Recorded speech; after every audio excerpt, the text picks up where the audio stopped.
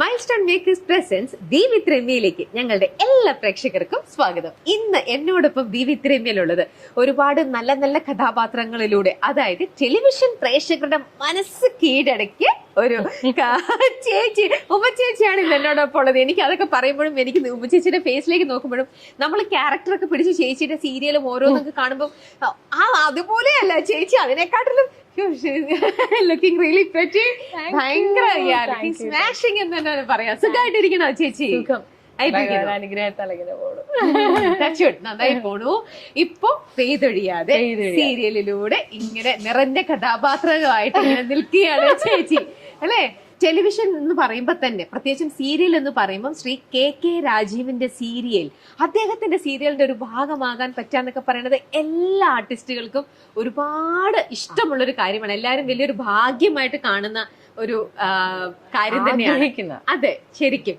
അപ്പോ ചേച്ചി അതേപോലെ രാജീവേട്ടന്റെ സീരിയലിന്റെ ഭാഗമായി പെയ്തൊഴിയാതിൽ നല്ല മനോഹരമായിട്ട് അഭിനയിച്ചു പോയിക്കൊണ്ടിരിക്കുന്നു. ഈ ഒരു പ്രൊജക്റ്റിൽ ചേച്ചി ഹാപ്പിയാണോ? അയ്യോ, 100% ഹാപ്പി. സാറിൻ്റെ കൂടെ വർക്ക് ചെയ്യാൻ പറ്റുക എന്ന് പറയുന്നത് വലിയൊരു സന്തോഷം. ആർട്ടിസ്റ്റ്, നമ്മള് ടെലിവിഷൻ മേഖലയിലെ ഏറ്റവും വലിയ സംവിധായകൻ എന്ന് പറയുന്നത് അദ്ദേഹമാണ്. അതായത് ഒരു ടൈറ്റിൽ കാർഡ്, കെ രാജീവ് പരമ്പര എന്ന് പറയുന്നത്, അങ്ങനെ ഒരു ടൈറ്റിൽ കാർഡ് ഉള്ള ഡയറക്ടർ എന്ന് പറയുന്നത് one and only Rajeev sir. ഇന്നിപ്പോ ഇവിടെ വന്നിരിക്കുമ്പോ തന്നെ ചേച്ചിയുടെ ആ ഒരു റൂട്ട് അല്ലെ ആ ട്രാക്ക് എന്ന് പറയുന്നത് ഒട്ടും തന്നെ അത്രയും ഫ്രണ്ട്ലിയോ സ്വീറ്റോ ഒന്നും ആയിരുന്നില്ല. ഒരുപാട് ഹേർഡിൽസ് ഉണ്ടായിരുന്നു. You faced a lot. ഒരുപാട് എല്ലാം ഒറ്റയ്ക്ക് നിന്ന് പൊരുതി. അപ്പം ചേച്ചിയും വളരെ സ്ട്രോങ് ആണ്. സ്റ്റിൽ ആയിരുന്നു, അല്ലെങ്കിൽ ഇപ്പോഴും ആണ്? ചേഞ്ച് ചെയ്തതാ ആണ്. ഞാൻ അങ്ങനെ ആയിരുന്നില്ല. ചെറുതിലെ ഒരു ഫയർ ഉണ്ട്. എന്ന് വെച്ചാൽ എന്റെ വീട്ടിൽ ഞങ്ങൾ 2 പെൺകുട്ടികളാണ്. അപ്പൊ അച്ഛന്റെ തറവാട്ടിൽ എല്ലാവരും 2 ആൺകുട്ടികൾ, അല്ലെങ്കിൽ ഒരാണ് ഒരു പെണ്ണ്, അങ്ങനെ. അപ്പൊ എന്റെ അച്ഛന് മാത്രമേ 2 പെൺകുട്ടികളുള്ളൂ. അപ്പൊ അച്ഛമ്മ എപ്പോഴും ഭയങ്കര സങ്കടപ്പെട്ടിട്ടുണ്ടെന്ന് പറഞ്ഞ് ഞാൻ കേട്ടിട്ടുണ്ട്. അപ്പൊ എനിക്ക് തോന്നുന്നു ആ സമയത്ത്, ആ കാലഘട്ടത്തിൽ ഈ പെൺകുട്ടികളെന്ന് പറയുന്നത് ഭയങ്കര എന്തോ ഒരു വലിയ ബാധ്യതയൊക്കെ ആയിട്ടായിരിക്കണം അന്നുള്ളവരുടെ മനസ്സിൽ ഉണ്ടായിരുന്നിരിക്കണം. എനിക്ക് തോന്നുന്നു അങ്ങനെ. അല്ല, നമ്മളും പറഞ്ഞ് കേട്ടിട്ടുണ്ടല്ലോ, പണ്ടത്തെ സിനിമയിലൊക്കെ ആണെങ്കിലും പെൺകുട്ടിയാന്ന് പറയുമ്പോൾ പിന്നെ അവളെ കെട്ടിച്ചു വിടണം, എന്തോ ഒരു ടെൻഷൻ. അപ്പൊ അച്ഛന് അത് മനസ്സിൽ ആദ്യം വേദനിച്ചിട്ടുണ്ടാവും. പക്ഷെ പിന്നീട് അച്ഛൻ എന്നെ, അനുജത്തി ഭയങ്കര ക്വൈറ്റാണ്, ഭയങ്കര പാവം, സാധു എന്നൊക്കെ പറഞ്ഞാൽ അതിനെ അവിടെ നിന്ന് എടുത്ത് ഇപ്പുറത്തോട്ട് ഇരുത്തണം, അത്രയ്ക്ക് സാധുവായിട്ടുള്ളൊരു കുട്ടിയാണ്. എന്നെ അച്ഛൻ കൈപിടിച്ചിങ്ങനെ നടത്താൻ തുടങ്ങി എല്ലായിടത്തും. അച്ഛൻ പോകുന്നിടത്തും വരുന്നിടത്തും പൈസയുടെ കണക്കുകളില്, കാര്യങ്ങളില് പാൻറ്റും ഷർട്ടും ഇട്ട് തുടങ്ങി. അതായത് അച്ഛനൊരു മോനെ ട്രീറ്റ് ചെയ്യുന്നത് പോലെ മെന്റലി ട്രീറ്റ് ചെയ്തു. അപ്പൊ അച്ഛൻ തന്ന ആ മെന്റലി ഉള്ള ട്രീറ്റ്മെന്റ് എന്നെ ലൈഫിൽ ഇതുവരെ എന്നെ നയിക്കാൻ ഭയങ്കര കാരണമായി. എനിക്ക് തോന്നുന്നത് നമ്മുടെ ചെറുതിലെ നമുക്ക് കിട്ടുന്ന ചില കോൺഫിഡൻസ്, നമ്മുടെ വീട്ടിൽ നിന്ന്, അച്ഛനിൽ നിന്നും അമ്മയിൽ നിന്നും കിട്ടുന്ന വാക്കുകളും സപ്പോർട്ടും നമ്മളെ ചിലപ്പോൾ ഭയങ്കരമായിട്ട് ഒരു ഘട്ടത്തിൽ നമ്മളെ മാറ്റും. അത് ഭയങ്കരമാണ്. അത് എന്നെ മാറ്റിയതിൽ, അല്ലെങ്കിൽ എനിക്കൊരു ലൈഫിലൊരു ബോൾഡ്നെസ് വന്നില്ല. എല്ലാ കാര്യങ്ങളെയും സർവൈവ് ചെയ്യാനുള്ള ഒരു കോൺഫിഡൻസ്, അല്ലെങ്കിൽ എനിക്കിത് സാധിക്കും, ഞാൻ ചെയ്യും, എന്ത് പ്രശ്നം വന്നാലും ഞാൻ കയറി വരും, എന്നെ ഇനി എന്ത് ചെയ്താലും ഞാൻ കയറി വരും എന്നൊക്കെ എനിക്ക് തോന്നിയത് ഞാൻ അവിടെ നിന്നാണെന്ന് എനിക്ക് തോന്നിയിട്ടുണ്ട്. അച്ഛൻ എനിക്ക് തന്ന ആ ഒരു പാൻറ്റും ഷർട്ടും ഇടുമ്പോൾ ഒരു പെൺകുട്ടിക്ക് ഇന്നുണ്ടാകുന്ന മാനസികാവസ്ഥ ആയിരുന്നില്ല അന്ന്. എനിക്ക് തോന്നിയിട്ടുണ്ട്. എൻ്റെ ബാല്യകാലത്തിൽ ജീൻസും ടീഷർട്ടും ഒക്കെ അങ്ങനെ ഭയങ്കര അങ്ങനെ വരുന്നൊരു കാലഘട്ടമാണ്. അപ്പം അത് ഇടുന്ന പെൺകുട്ടികളെ പെട്ടെന്ന് എല്ലാവരും ഇങ്ങനെ ശ്രദ്ധിക്കും. എന്തിനാ നോക്കുന്നത് പെട്ടെന്ന് ഒരു എന്തുകൊണ്ട്? അതൊരു ആൺകുട്ടിയുടെ വേഷമല്ലേ, എന്തിനാ ഇവരിടുന്നത് എന്ന്. അപ്പോ നമ്മളത് ഇടുമ്പോൾ നമ്മളിലേക്ക് ഒരു കണ്ണ് വരുന്നുണ്ടെങ്കിൽ തന്നെ നമ്മൾ മനസ്സിലാക്കണം, നമ്മളിൽ എന്തോ ഒരു കാര്യം വന്നു കഴിഞ്ഞു.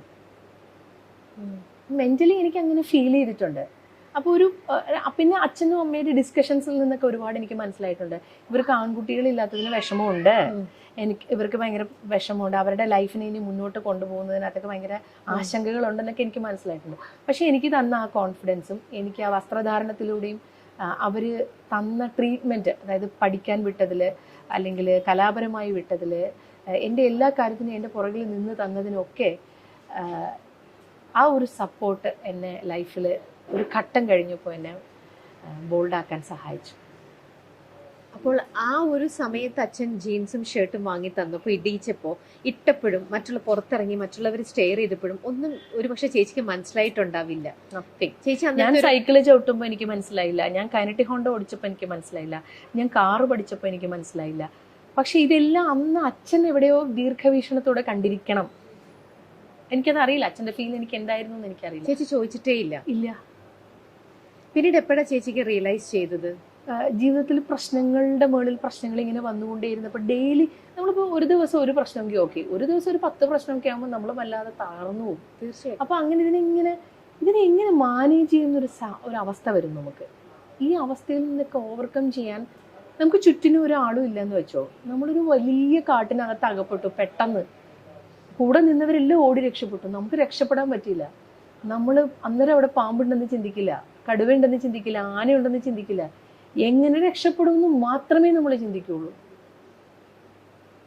എല്ലാരും കൂടെ ഉള്ളപ്പോൾ അയ്യോ പാമ്പ് വരുമോ, കടുവ വരുമോ, ആന വരുമോ, അതിലേക്ക് ഫോക്കസ് പോകും.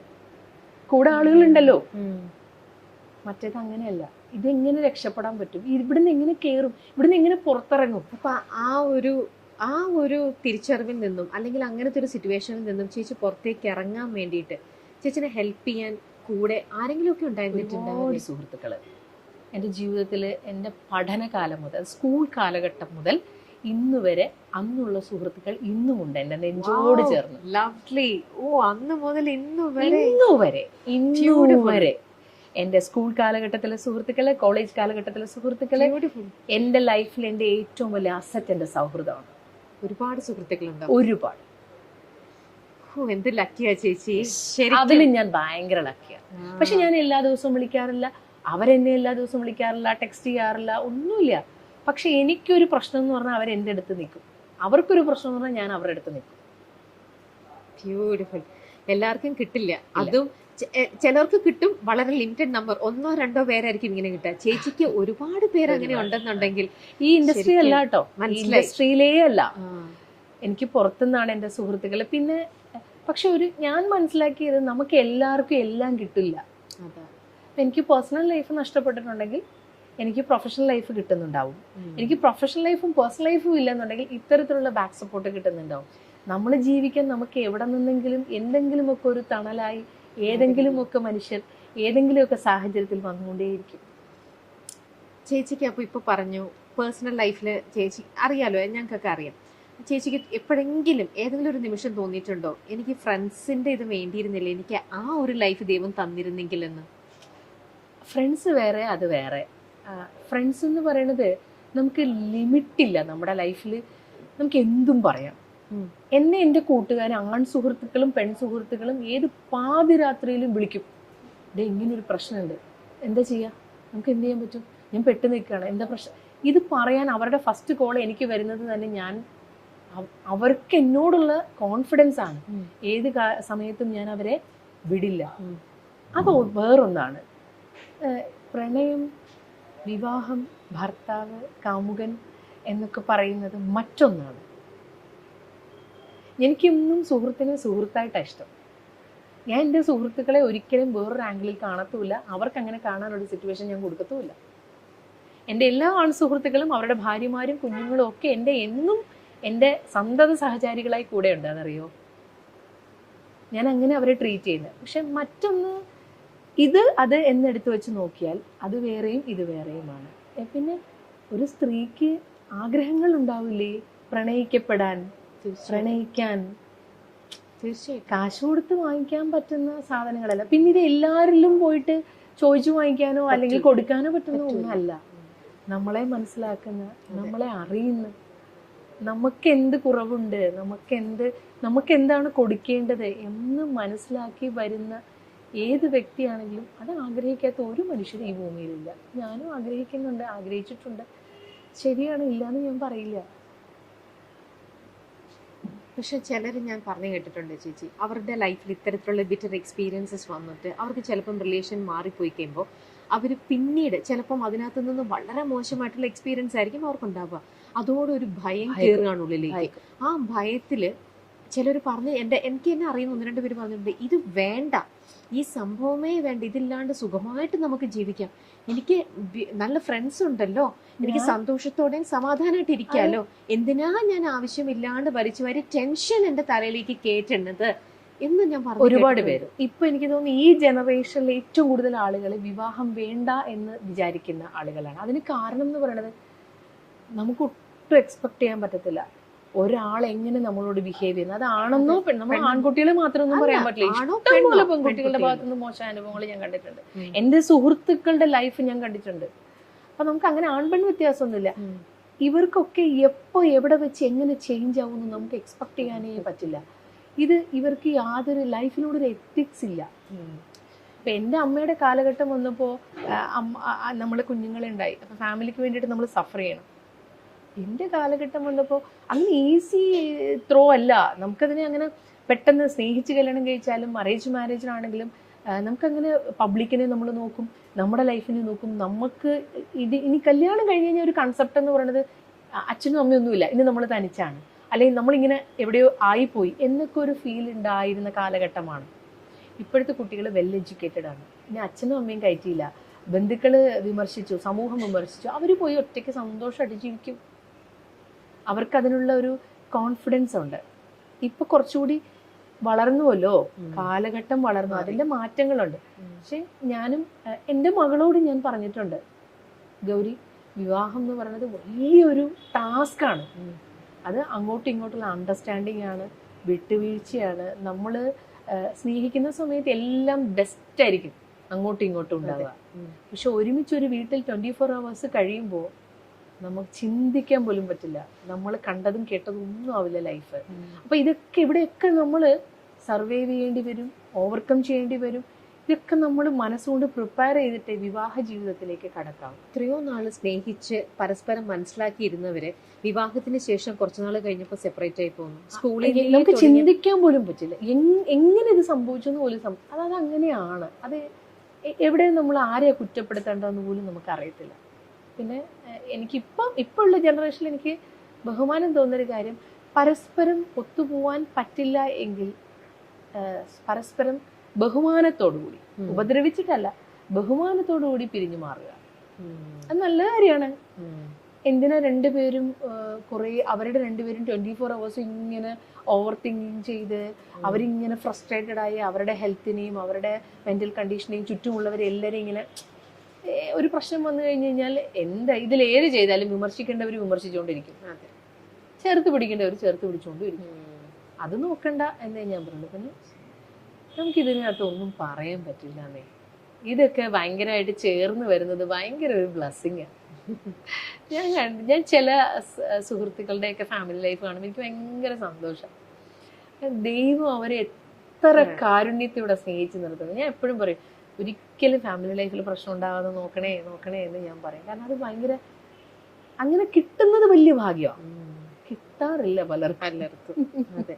നിങ്ങളുടെ ലോകം പ്രകാശപൂരിതമാക്കാൻ ഇനി അസാസ് LED ലൈറ്റ്സ്. വീട്ടിലേക്കും ഓഫീസിലേക്കും ഇനി the complete lighting solution. Asas എന്നാൽ ക്വാളിറ്റിയാണ്. അപ്പൊ ഇനി മറക്കണ്ട, അസാസിലേക്ക് പോവാം. ചേച്ചി, തീർച്ചയായിട്ടും മോളുടെയും ഇതേപോലെ മോളുടെ കല്യാണം കഴിഞ്ഞു, ഇപ്പം എല്ലാവരും വളരെ ഇതായിട്ട് നിൽക്കുന്നു. അപ്പം ആ ഒരു സമയത്തും ചേച്ചിയുടെ ഉള്ളിൽ ഒരു ചേച്ചിയും ആ ഒരു ഫേസിലൂടെ പോയ ഒരാളാണ്. എത്രയായാലും അമ്മയ്ക്ക് നമ്മുടെ മക്കൾ നല്ല രീതിയിൽ സന്തോഷത്തോടെ അവളുടെ കല്യാണം, ഇതൊക്കെ ഞാനും ഒരു അമ്മയാണ്, എനിക്കൊരു മോളുണ്ട്, നമുക്കറിയാം, നമുക്ക് ആ ഒരു ചിന്തയൊക്കെ അങ്ങനെ പോകും. പക്ഷേ ഞാൻ മുമ്പേ പറഞ്ഞ പോലത്തെ ആവശ്യമില്ലാത്തൊരു പേടി, അത് എവിടുന്നെങ്കിലും ഒന്ന് കയറി വരും. പിന്നെ 100,000 ചോദ്യങ്ങൾ, പിന്നെ എല്ലാരും പറയും, ഉമ്മ മോളുടെ കല്യാണമൊക്കെ കഴിച്ചില്ല, ഇനി ഉമ്മയ്ക്ക് എന്താ? അല്ല, ഇനിയാ കൂടുതൽ ടെൻഷൻ.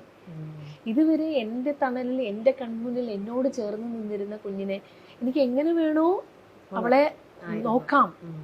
പക്ഷെ മറ്റൊരു സ്ഥലത്ത് ചെന്ന് നിൽക്കുമ്പോൾ അവൾ മെന്റലി ഓക്കെ ആണോ, അവൾ ഫിസിക്കലി ഓക്കെ ആണോ, എനിക്ക് ഇടപെടാനേ പറ്റില്ല ഒന്നിലും. അതൊരു ഭയങ്കര ഇങ്ങനെ കൈ തൊടാനും തൊടാതിരിക്കാനും പറ്റുന്ന സാഹചര്യം ഉണ്ട്. പക്ഷെ എനിക്കെപ്പോഴും ഭയങ്കര പേടിയാ. എൻ്റെ മോളുടെ വിവാഹം കഴിഞ്ഞപ്പോൾ എല്ലാവരും ചോദിച്ചു, ഇന്റർവ്യൂ എടുത്തവർ ചോദിച്ചു, ജനങ്ങൾ ചോദിച്ചു, നിങ്ങൾ എന്ത് ഒരിക്കലും. എനിക്ക് പക്ഷെ ഭയങ്കര പേടിയാണ്. ഞാൻ ദൈവത്തിനോട് എന്നും പ്രാർത്ഥിക്കും, ദൈവമേ വേദനിക്കുന്നതൊന്നും ഉണ്ടാവില്ലേ എന്ന്. കാരണം ഓരോ ദിവസവും എനിക്ക് പേടിയാണ്. കുട്ടികളല്ലേ,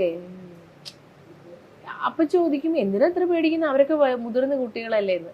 അത് അങ്ങനെയൊക്കെ പറയുന്നവർക്കൊക്കെ പറയാം, ഒരു അമ്മമാർക്കേ മനസ്സിലാവുള്ളൂ അതിന്റെ ഒരു വിഷമം എന്താണ്.